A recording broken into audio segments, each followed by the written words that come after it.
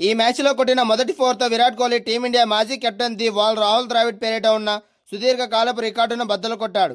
ఇప్పటి వరకు ఇంగ్లాండ్ గడ్డపై అన్ని ఫార్మాట్లో కలిపి అత్యధిక పరుగులు చేసిన భారత బ్యాట్స్మెన్గా రాహుల్ ద్రావిడ్ రికార్డుల్లో ఉండేవాడు. ద్రావిడ్ ఇంగ్లాండ్లో 56 ఇన్నింగ్స్లో 55 సగటుతో 8 సెంచరీల సాయంతో 2645 పరుగులు చేశాడు.